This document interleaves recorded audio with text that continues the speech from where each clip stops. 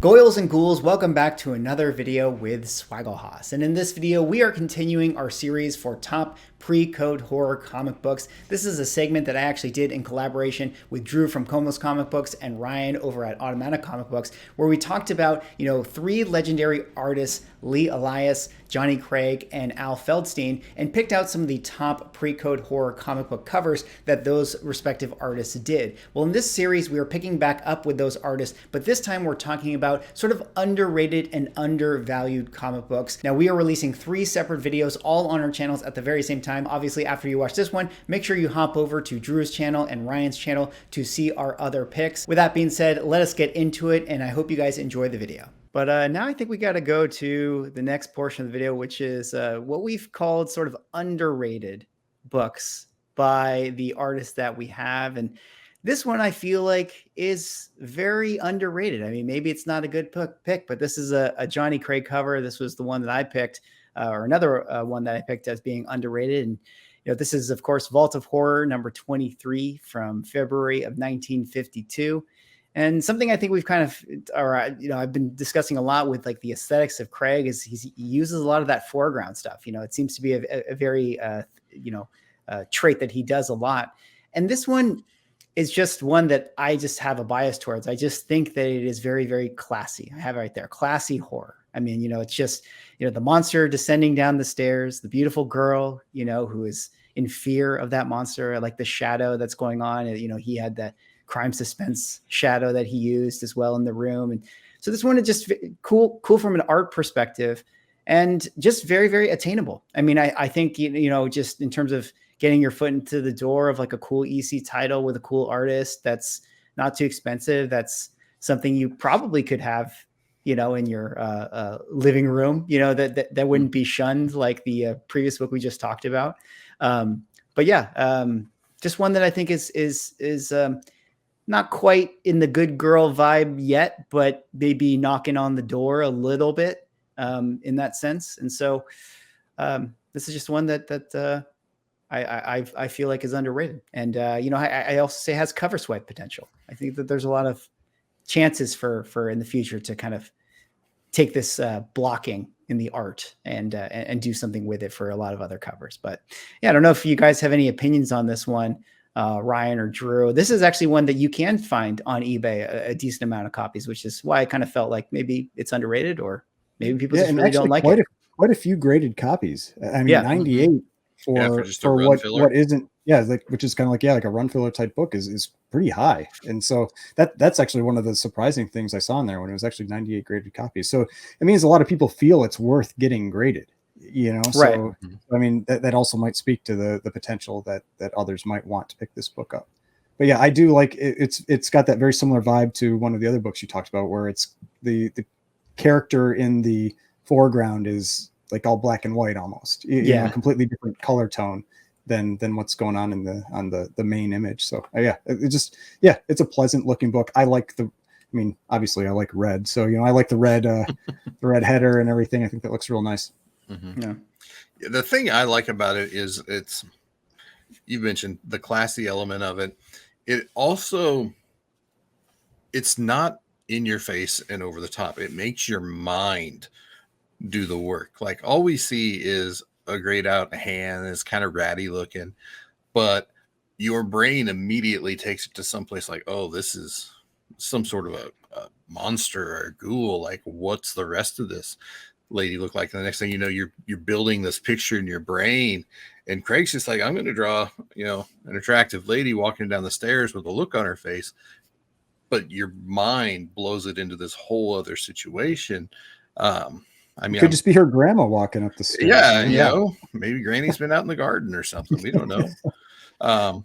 But it's just I feel like there's shock value horror, there's tension horror, and then there's just unknown, right? Like just the mystery of it. And I feel like that is as much value as there is in all of those other different types. This kind almost is more engaging because they're not showing you everything. You've got to do some of the work yourself. But, yeah. As we mentioned, if you're you're under $100 a point, especially in mid-grade, that's really accessible. This is telling me you can find decent looking raw copies of this thing for probably under $200. If you can find them in the wild, obviously you're not going to get that kind of a reasonable price at the eBay convenience store fee, but it's the kind of stuff you can go into a decent sized show, and issue 23 of Vault will be in there. The bigger issues might not be, but this is the kind of thing you can actually still have a chance to find out in person and check out. So I think it's a great pick. I mean, it's something we've all had no problem defending for reasons why it could be underrated, and I like it. It's not. If somebody else came up with underrated pick, I don't think they'd make this one, but I think we made a good case on why it could be. Yeah. All right. Well, let's go on now to the next sort of underrated pick we got right here, and I think this one goes back to Drew. Yeah. So I'm bending the rules. This one's more sci-fi than horror, but I have to go back to the whole early 1950s. I talked about it in an earlier video while we were having this conversation. It's just like the times that these books were coming out of, UFOs and just Roswell and just all this unknown craziness stuff was going on. And then to just lay it all out and be like, here's UFOs over the Capitol in Washington. That was just such a shocking cover, I thought, or would have been to somebody looking at it on the stands back at that time, because it was pretty early into the whole UFO craze. Of course, you had all the scary movies and sci-fi movies that came out in the early 50s. And I just loved how kind of on the nose it was, where you've got the members of the press out talking about the general. It's like, UFOs? What are you talking about, UFOs? There's no UFOs. And pan left, and here comes a whole fleet of them down the mall in DC. So I just thought it was kind of a fun cover. Again, it kind of plays that whole mystery. It's like, oh, we got 3 UFOs rolling in on Washington. This can't be good. What's that going to mean? Just it kind of made me want to crack it open and read it. And I think as much love as Feldstein's horror stuff gets, his sci-fi stuff is just as good. And we've kind of transitioned, whereas in the early days of EC, the really hot stuff, the books that people really clamored over, was the sci-fi stuff, like Weird Science and Weird Fantasy. If you look in old guides, were always worth more than Tales, Vault, and Haunt. And then you get into the 80s and the 90s, and that kind of started to reverse itself a little bit. So now I feel like the market may eventually get to a point where it starts to pivot, maybe not necessarily back to where it favors the sci-fi more than the horror, but maybe broadens its acceptance and kind of gets these back to an even level here, just because they're just as scarce, just as hard to find as a lot of the core or the horror stuff. As far as sales, just 5 sales in the last 12 months. Again, really affordable. Most recent sale just last month for a 4.0 at $550. So a little over $100 a point, not terrible. Anything that's really $500 or $600, I feel like is attainable for a lot of collectors that would be interested in this kind of thing. So I feel like Weird Science and fantasy, just the sci-fi stuff in general, is maybe an opportunity out there for a lot of people who are interested in dabbling into pre-code horror, but maybe aren't quite ready to dive all the way into it just yet. So yeah, and this one, this is one of the ones we talked about before. So it's got the 2 numbers there. So just remember, if you're ever looking up prices, that kind of thing, there's 2 13s. Yep. And so there's this one, which is actually the second issue, and then another one that's later. So just you may think you got a deal, and you didn't actually get a deal because you looked at the wrong thing, because GPA doesn't have pictures. So just always make sure to check that stuff, check the dates. But the thing I always like about the pre-code sci-fi, especially the early stuff like this, is that I mean, that's all very new. I mean, there's definitely things Yeah. like pulps that start touching on it in kind of like late 30s, maybe kind of time frame, but it is all relatively new. And these people they're coming up with and creating a lot of these ideas from scratch. That's one of the things I really liked about like some of the Frazetta stuff that's in the Famous Funnies run. You know, it's like this stuff is all pretty new. These are all newer concepts.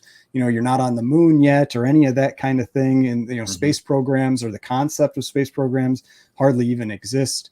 And so I really do like that you have these artists, these creative minds that are just making this stuff up, you know, and it ends up being ideas that really carry forward for many years. I mean, you still think of flying saucers when you think of, you know, aliens and that kind of thing. And it's just, and this is over 70 years ago. Yeah. Yeah, no, that is a really great point. I mean, like the historical factor of it being, you know, of the times, which of course, you know, like you said, this genre was defined, you know, very much so in the 50s. And you know, the weird science stuff definitely feels like yeah, it doesn't get as much discussion, you know, or the weird runs into or the sci-fi runs with the EC stuff. And this is a really fun cover. I mean, I love the quote that the general just has there. You know, we'll let you guys do your own reading with it, but you know, just that whole like government cover up, government conspiracy, you know, release the UFO files, that whole thing. You know, don't believe your lying eyes. Yeah, defined all the way back then and still existing today. You know, so just a lot of fun with this one for sure. Yeah. Yeah. All right. Well, let's go on now to what will be our last underrated book for this video right here. But Ryan, this is a pick of yours. Tell us about this one. Yeah, so Tomb of Terror has made a few appearances in my discussions for these videos, but this is Tomb of Terror number 11, and this one again, 1953, September 1953, so that later stage. But this is one of those that it isn't. I feel like you could have this on a shelf. It's a little creepy, you know. You've got all the heads and the skulls and everything, but there's nothing overtly violent about this cover. I would say this one kind of gets into that good girl art type area. You've got the woman in the red dress, the blonde woman in the red dress on the cover. She's, you know, scared of obviously these heads that appear to be in this closet. But the Tomb of Terror run, like there's a lot in that run, and it often gets overshadowed by issue 15. And so I think it's really worthwhile to take a look at those other issues. And that's why I like things like the Gerber photo journal, or there's online sources as well that you can use, but where you can click through these covers very quickly and kind of really see which ones stand out. There are always certain covers within the runs that are weak and certain covers that are strong. And this is one that, for the price point and for what's on there, I mean, it has a lot of those great elements that you want in a horror cover. And that's one of the things that I like to look for. Like I often get questions from people that are newer to pre-code horror. They're asking, you know, what types of things should they be looking for? What types of runs, what books, you know. And I don't really like to tell people like, oh, buy this one book or that one book, but I like to give them ideas for how they can find things that might interest them. And one of the things that I like to look for are multiple popular elements on the cover. In this one, you've got skulls, you've got the woman in the red dress, you've got a black or dark background. All those things are really positive elements for a horror cover that make people like to go after those books. And so with this one, with a 4.0, last sale being, I think that's 312, but it might be 372.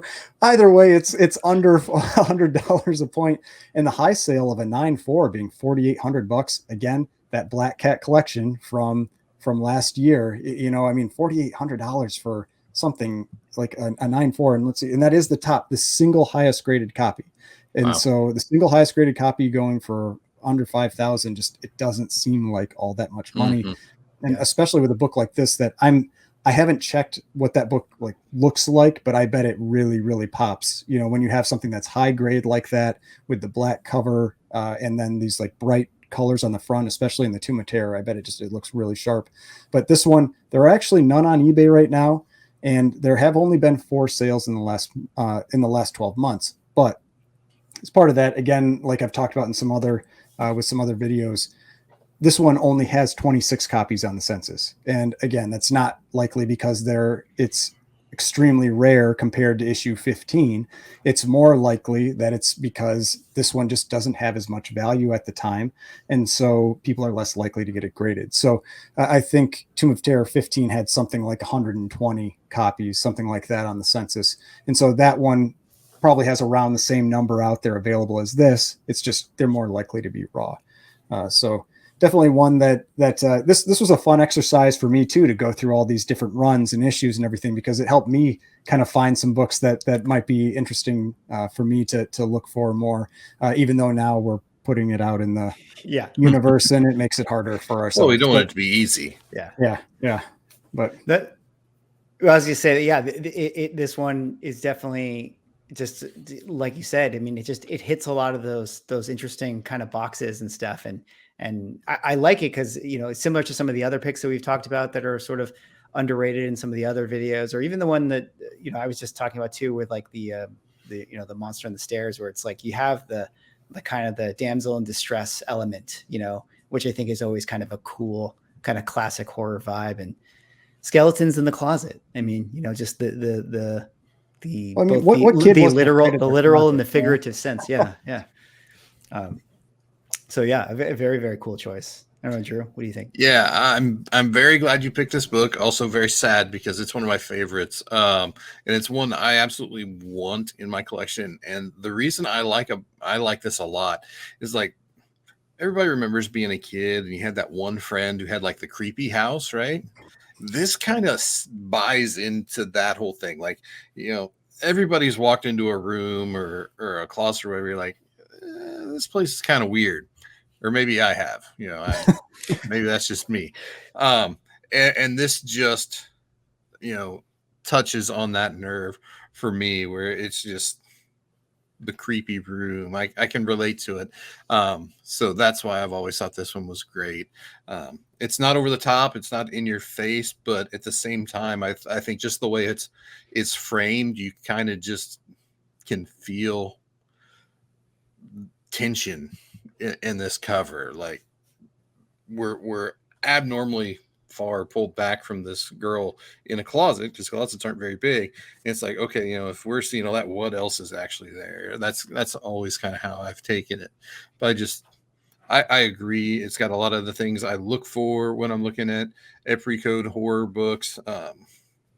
And even just where it's not just skulls, you know, it's like monsters and ghouls, whatever. You know, so I was thinking too, there's a lot to look at there. You know, every single one of those is different. It's not just a bunch of skulls. You know, every single one of those actually has different elements, different features to it. And I like that it's slightly off kilter, so you're just kind of disoriented slightly as you're looking at it. I think it's just a really nice, I don't know, subtle is probably not the right word, but compared to some of the other covers he's done that we've talked about today, I feel like it's definitely toned down and just kind of he was preparing for 1954 when he was going to put out all his other crazies. He's like, well, things hadn't ramped up yet. You know? I got all these kind of boring ideas. I'm just call 53 the year of that, then 54 hold my beer. Yeah. Well, I think that was the last kind of underrated book that we have with our selections. But, you know, guys, thank you so much for hopping on the channel in this video. If you guys don't know, we are releasing multiple videos on everyone's channel at the same time. So if this is the first rendition of our PCH books you are watching, be sure to hop over to Drew's channel or Como Comic Books or Ryan's channel, Automatic Comic Books, to get our other picks with our other artists. Gentlemen, thanks so much for hopping on the channel. Any last words, I guess, to kind of wrap us up? No, I mean, this has just been a lot of fun. I've really liked seeing how over the last couple of years, the pre-code horror has really been expanding a little bit more, getting a little more people interested. And I think this is just one of the ways that helps that. I mean, having channels like this that share these books, that make people aware of them, is important, because if you don't know that stuff exists, you have no idea if it's actually something that interests you. And so that's where books like the the Gerber photo journals and making videos like this. It's critical to making sure that these books don't get forgotten and that they stay kind of in that the cultural, like everybody's like the mind's eye or whatever you want to say, you know, when you're out there thinking about this. Yeah.